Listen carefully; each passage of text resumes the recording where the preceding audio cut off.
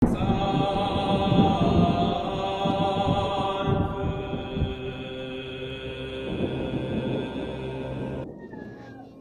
natin simulan ang kwento, ay huwag niyong skipan ng ads ang ating mga video at huwag kalimutang mag-like.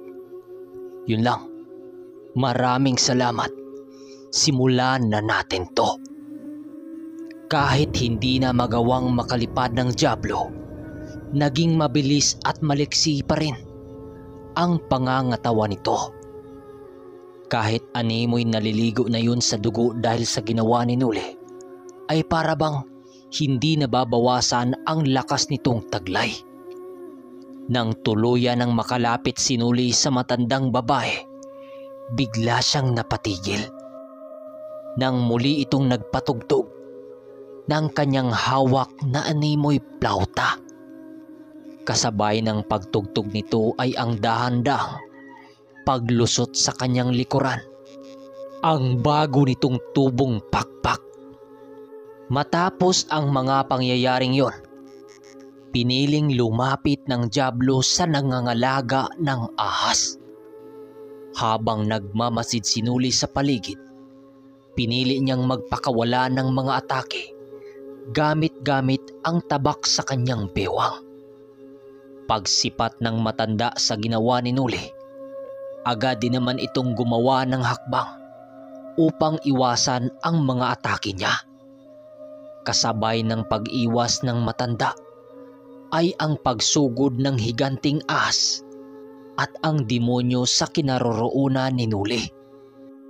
Pinagtutulungan siya nito na halos hindi na siya makapag-isip ng mga susunod niyang plano. Taliwas na kasi sa kanilang plano ang mga nangyayari noon dahil sa mga hindi inaasahang abilidad ng kanilang kalaban. Habang patuloy niyang sinasalag ang pag-atake ng demonyo at higanting ahas, panay naman ang paghingi ni Nuli ng tulong sa diwatang silantian.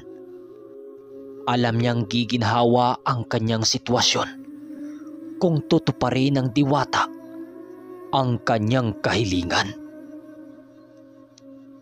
Diwata ng kalikasan, ako'y nagmamakaawa sa inyo. Nabigyan ako ng tulong sa oras ng kagipitan. Ako'y labis na nasaktan na masilayan ang aking mga kasamang unti-unti nang nanghihina ang mga buhay.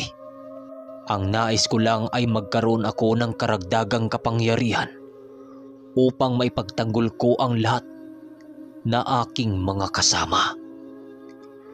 Wika ni Nuli.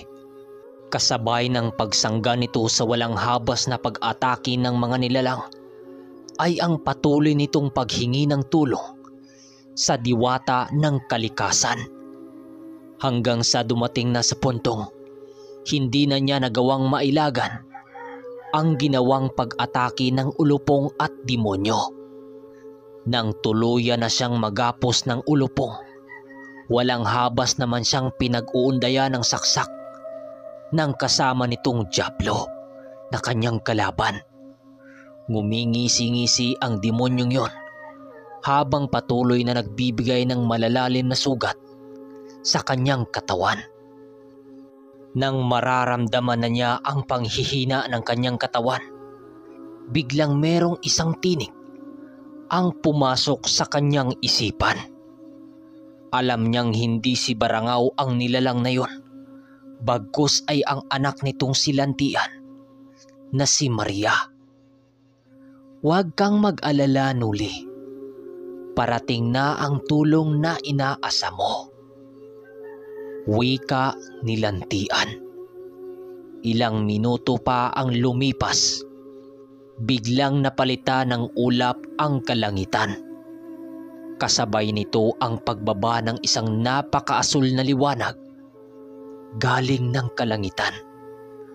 Unti-unti itong nagkaroon ng wangis nang siyang ikinagulat ng mga nilalang sa paligid. Nang tuluyan na itong makadapo sa lupa, tuluyan nilang nasipat ang napakagandang dalaga na may kasakasamang usa na may asul na mga mata. Meron itong daladalang patpat na may simbolo ng mundong hindi pamilyar sa kanila na nagpapahiwatig ng pinanggalingan nito. Makalipas lamang ang ilang minutong katahimikan, muli na namang nanumbalik ang digmaan sa paligid. Hindi na nagawang matinag ng mga mambabarang sa paligid, gawa ng tiwala sila sa mambabarang nilang pinuno. Sa patuloy na pakipaglaban ng mga ermitanyo sa mambabarang, doon niya napagtantong halos kasing lakas lang niya ito. Kahit ibinuhos na ng ermitanyo ang buo nitong lakas, nagagawa pa rin itong sabayan ng pinunong mambabarang. Tanda, marahil nagtataka ka kung paano ko nasabayan ang taglay mong lakas. Ito ay dahil matagal ko nang isinangla ang kaluluwa ko sa demonyo, kapalit ng kapangyarihang nasisilayan mo ngayong pangkasalukuyan. Wika nito. Nang marinig ito ni Manong Duming, doon niya napagtantong hindi lang pala mambabarang ang kanyang kalaban, bagkus ay isa ng totoong demonyo. Doon na din lumakas ang kutob ng ermitanyo na maaring ang asawa din nito ay matagal na ring naisangla ang kaluluwa sa demonyo. Doon na din naliwanagan ang ermitanyo sa kung papaano nagawa ng asawa nito na kumontrol ng dyablo at ahas na engkanto. Noong una kasi, halos ang buong akala ni Manong Duming ay purong abilidad lang at aral ang pinapamalas nito. Ni minsan ay halos hindi sumagid sa kanyang isipan na maaaring tinitirhan na ng demonyo ang katawan ng dalawang yun nung sila ay nakipaglaban. Dahil sa kanyang mga nalaman, pinili niyang maging maingat sa lahat na bagay na kanyang binabalak. Alam niyang mapanlinlang ang mga demonyo at maaari niya itong ikamatay kung sakaling magpadalos-dalos siya sa kanyang mga desisyon. Habang patuloy na nagmamasid sila Manong Duming, pinili ng diwatang tulungan si Nuli. Sa paglapit ni Lantian kay Nuli, bigla nitong tinawag ang nag-iisa nitong alaga na pangunahing gamit nito sa pakikipagdigma. Maniwala man kayo o sa hindi, ang usang alaga noon ng diwata ay lumaki ng halos 5 bisis kumpara sa normal na usa. Nagliliwanag ang mga balat nito at mata. Merong umuusling mga tinik na nagtatalasan sa katawan nito. Matatalas din ang mga kuko nito at bakas na bakas sa itsura nito ang labis na kabagsikan. Nang tuluyan na itong lumitaw sa kinaroroonan ni Nuli, agaran din naman itong umangil upang takutin ang dambuhalang ahas. Nuli, ako na ang bahala sa lupong at dyablo. Ituon mo ang iyong wisyo sa matandang yan upang madali mo itong makitila ng buhay. Pagatatandaan mo sana na hindi ordinaryo ang nilalang na yan, bagkus ay isa yang demonyo.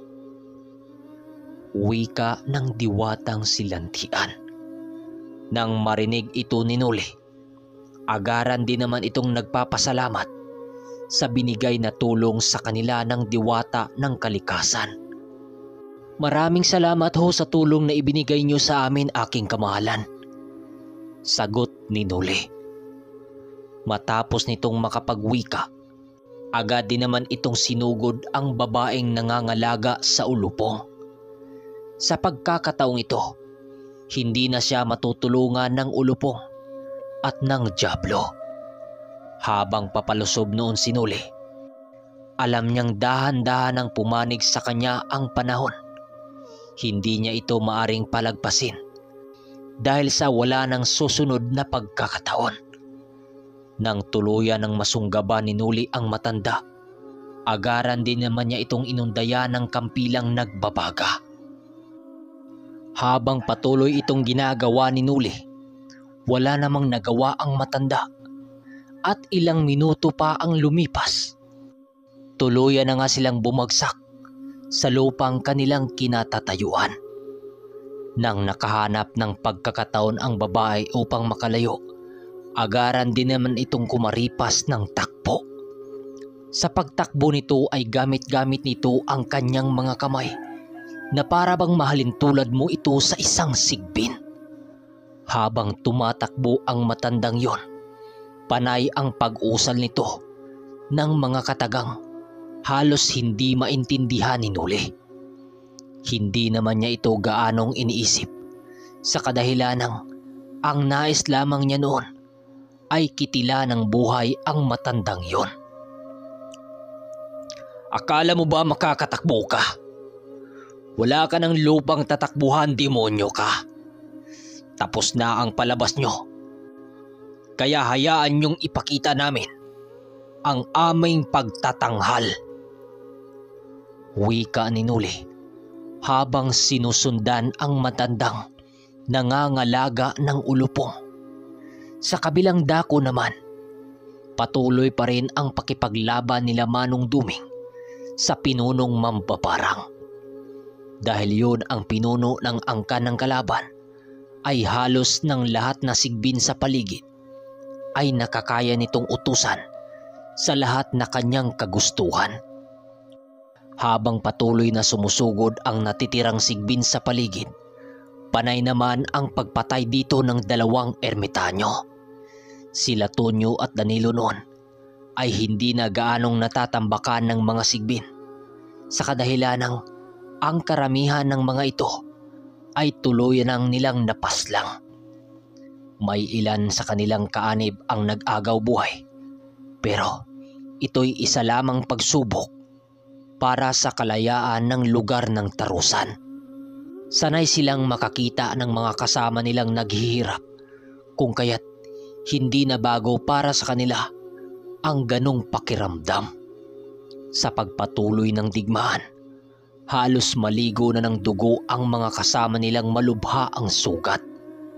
Ang mga dugong dumikit sa kanilang mga katawan noon ay ang mga dugo ng mga sigbing kanilang napaslang.